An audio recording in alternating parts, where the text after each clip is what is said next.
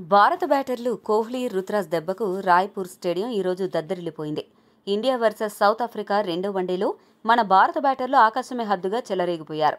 Toss ఓడి బ్యాటింగ్కు దిగిన భారత్ ఆరంభంలో రోహిత్ మరియు జైస్వాల్ వికెట్లు కోల్పోయి 62 పరుగులకే కష్టాల్లో పడినట్లు కనిపించింది. కానీ ఆ తర్వాతే అసలు కథ మొదలైంది. ముందుగా యంగ్ సెన్సేషన్ రుతురాజ్ గైక్వాడ్ గురించి మాట్లాడుకోవాలి. ఎంతో క్లాస్, మరెంతో మాస్ ఇన్నింగ్స్ ఆడాడు. కేవలం 77 బంతుల్లోనే తన కెరీర్లో మొట్టమొదటి అంతర్జాతీయ వన్డే సెంచరీని పూర్తి చేసుకున్నాడు. మొత్తం 83 బంతుల్లో 12 ఫోర్లు, 2 సిక్సర్లతో 105 పరుగులు చేసి ఔరా అనిపించాడు. కోహ్లీతో కలిసి మూడో వికెట్కు ఏకంగా 195 పరుగుల భారీ భాగస్వామ్యాన్ని నెలకొల్పి జట్టును పటిష్ట స్థితిలో నిలిపాడు. యువ బ్యాటర్ రుతురాజ్ గైక్వాడ్కు ఈ మ్యాచ్ చిరస్మరణీయంగా మిగిలిపోయింది.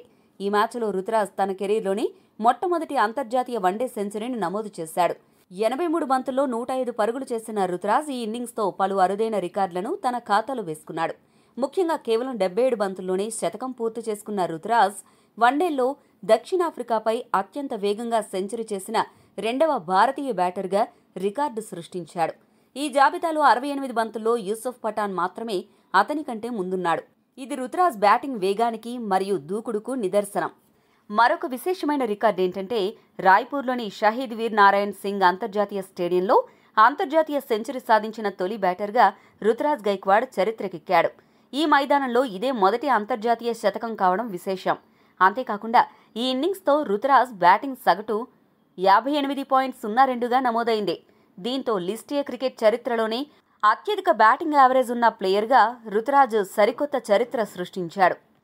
ఇక భాగస్వామ్యాల విషయానికొస్తే విరాట్ కోహ్లీ మరియు రుతురాజ్ గైక్వాడ్ జోడీ ఈ మ్యాచ్లో మూడో వికెట్కు నెలకొల్పిన 195 పరుగుల భాగస్వామ్యం ఒక చారిత్రక రికార్డు. వన్డే క్రికెట్ చరిత్రలో దక్షిణాఫ్రికాపై ఏ వికెట్కైనా భారత్ తరపున నమోదైన అత్యధిక భాగస్వామ్యం ఇదే కావడం గమనార్హం. ఇక కింగ్ కోహ్లీ గురించి ఎంత చెప్పినా తక్కువే. మరోసారి తన విశ్వరూపం చూపించాడు. సింహంలా గర్జిస్తూ తన 53వ వన్డే సెంచరీని, అంతర్జాతీయ క్రికెట్లో 84వ శతకాన్ని పూర్తి చేసుకున్నాడు. సెంచరీ పూర్తి కాగానే గాలిలో పంచుస్తూ తన చైన్ లాకెట్ను ముద్దాడుతూ కోహ్లీ చేసిన సెలబ్రేషన్ చూసి రాయ్పూర్ ప్రేక్షకులు లేచి నిలబడి జేజేలు పలికారు. ఈ ఇన్నింగ్స్తో విరాట్ కోహ్లీ రికార్డుల పుస్తకాలను తిరగరాశాడు. రికార్డుల జాతర సృష్టించాడు. ఆ రికార్డులేంటో ఇప్పుడు చూద్దాం. మొదటిది, వన్డే క్రికెట్ చరిత్రలో 2 వేర్వేరు దశాబ్దాల్లో అంటే 2010లో మరియు 2020లో 10కి పైగా సెంచరీలు సాధించిన మూడవ బ్యాటర్గా కోహ్లీ చరిత్ర సృష్టించాడు. ఇంతకుముందు సచిన్, సంగక్కర మాత్రమే ఈ ఘనత సాధించారు. దక్షిణాఫ్రికాపై కోహ్లీకి ఇది అన్ని ఫార్మాట్లలో కలిపి 10వ సెంచరీ. దీంతో సఫారీలపై అత్యధిక సెంచరీలు చేసిన వారిలో సచిన్ తర్వాతి స్థానంలో కోహ్లీ నిలిచాడు. ఇక వన్డేల్లో కోహ్లీ మొత్తం సెంచరీల సంఖ్య 53కు చేరింది. సచిన్ పేరిట ఉన్న 49 సెంచరీల రికార్డును ఎప్పుడో దాటేసిన కోహ్లీ ఇప్పుడు అతడి దరిదాపుల్లో కూడా ఎవరూ లేనంత ఎత్తులో నిలిచాడు.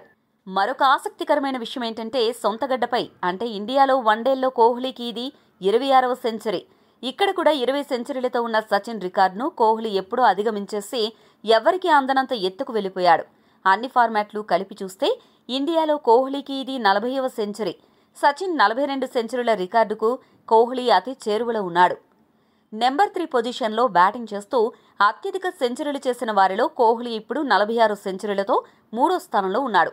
రికీ పాంటింగ్, సంగక్కర మాత్రమే అతని కంటే ముందున్నారు. అలాగే వేర్వేరు వేదికలపై అత్యధిక సెంచరీలు చేసిన ఆటగాళ్ల జాబితాలో కోహ్లీ ఇప్పుడు సచిన్ టెండూల్కర్తో సమానంగా 34 వేదికలతో అగ్రస్థానంలో నిలిచాడు.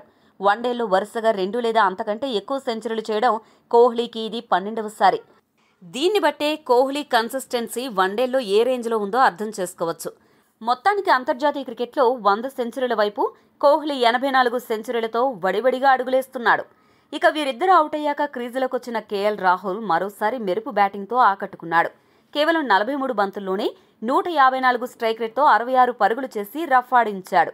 గత మ్యాచ్లో కూడా అర్ధ సెంచరీ చేసిన రాహుల్ ఈ మ్యాచ్లో కూడా చివరి ఓవర్లలో దూకుడుగా ఆడి కీలక సమయంలో అర్ధ సెంచరీ సాధించి ఇండియా భారీ స్కోరు చేయడంలో కీలక పాత్ర పోషించాడు.